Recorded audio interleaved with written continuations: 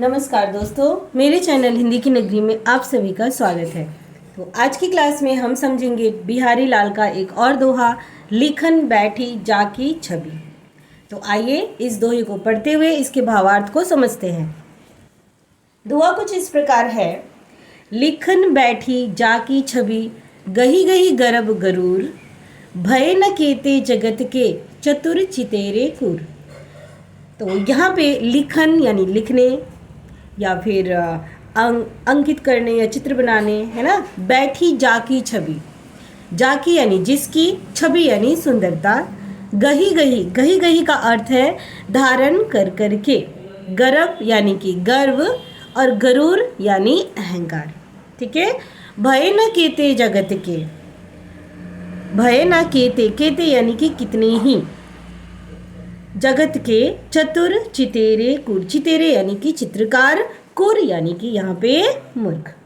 तो आइए अब इसके भावार्थ को समझते हैं।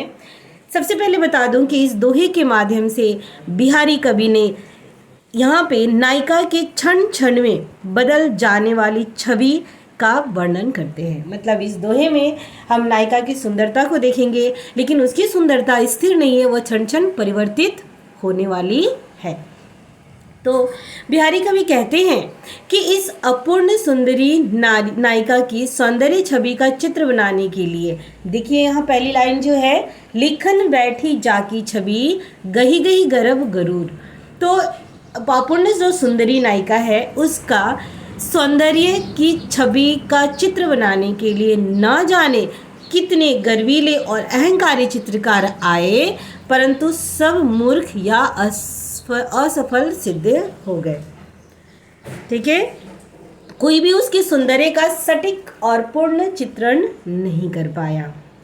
भाव यह है कि इस रमणी की सुंदरता की छवि, कारण क्या है कि अच्छी तरह से, पूरी तरह से चित्र उसका उभर नहीं पा रहा है। कारण है कि इस रमणी की जो सुंदरता है वह क्षण क्षण यानी पल पल बदलती रहती है।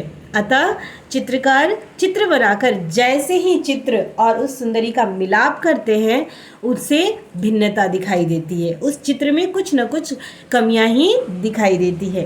अतः उसका महान जो चित्रकार होने का गर्व और अहंकार क्या होता है, चूर हो जाता है। तो इस तरह से बड़े बड़े चित्रकार आए और सभी मूढ़मती साबित हुए और नायिका का सही चित्रण नहीं कर पाए।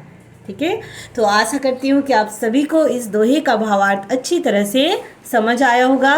तो मेरे चैनल को लाइक और सब्सक्राइब अवश्य कीजिएगा। मिलते हैं अगले वीडियो में। धन्यवाद।